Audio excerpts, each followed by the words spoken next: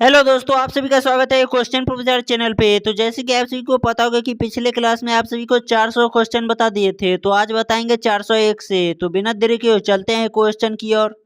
Question number 401, संविधान में मौलिक कर्तव्यों का पालन करना शामिल है, इसमें क्या शामिल नहीं है? तो आप सभी को पता होगा कि राष्ट्रीय अवकाश का पालन करना इसमें शामिल नहीं है। तो चलते हैं अगली क्वेश्चन की ओर। क्वेश्चन नंबर 402, स्वतंत्रता के लिए किए गए राष्ट्रीय संग्राम को किसने प्रेरित किया? तो आप सभी को पता हो कि राष्ट्रीय न्यायिकों ने प्रेरित किया। तो चलते हैं अगली क्वेश्चन की ओर। क्वेश्चन नंबर 403, भारत के संविधान में जनता के लिए कितने मूल कर्तव्य प्रस्तुत किए गए हैं? तो आप सभी को पता हो या ना हो, लेकिन 11 मूल कर्तव्य प्रस्तुत किए गए हैं। तो चलते हैं अगली क्वेश्चन की ओर। क्वेश्चन नंबर 404, नागरिकों को राष्ट्रीय अखंडता बनाए रखने का कर्तव्य किसके अंतर्गत आते हैं? तो आप सभी को पता हो कि मौलिक कर्तव्य के अंतर्गत आते हैं। तो चलते हैं अगली क्वेश्चन की ओर।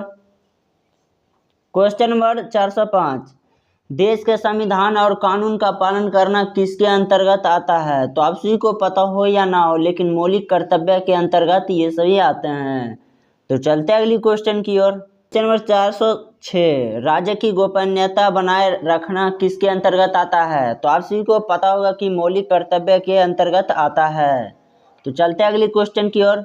क्वेश्चन नंबर 407, श्रमिक अनुशासन बनाए रखना किसके अंतर्गत आता है? तो मौलिक कर्तव्य के अंतर्गत आता है। तो चलते हैं अगली क्वेश्चन की ओर। क्वेश्चन नंबर 408, मौलिक कर्तव्यों में सेनाओं में सम्मिलित होना किसके अंतर्गत आता है? तो ये भी मौलिक कर्तव्य के अंतर्गत ही आता है। तो चलते हैं अगली क्वेश्चन की ओर। क्वेश्चन नंबर 409, इनमें से कौन सी स्वतंत्रता भारतीय नागरिकों को नहीं है? तो आप सभी को पता होगा कि सरहद विवादों में भाग लेने की स्वतंत्रता।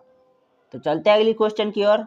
क्वेश्चन नंबर 410, भारत का संविधान इनमें से कौन सा अधिकार देता है? तो अपनी संस्कृति की रक्षा का अधिकार है। तो चलते हैं अगली क्वेश्चन की ओर।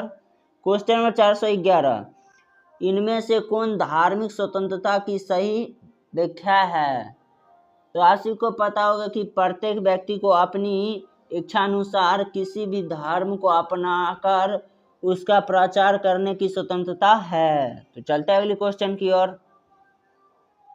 क्वेश्चन नंबर 412, निम्नलिखित में से नागरिकों का स्वतंत्रता संबंधी अधिकार कौन है? तो भाषण तथा विचार व्यक्ति करने का स्वतंत्रता है। तो चलते हैं अगली क्वेश्चन की ओर। क्वेश्चन नंबर 413, सरकारी नीतियों की आलोचना करने वाला एक पुस्तक पर प्रतिबंध लगाना किस मौलिक अधिकार का उल्लंघन है? वह एवं अभिव्यक्ति की स्वतंत्रता। तो चलते हैं अगले क्वेश्चन की ओर।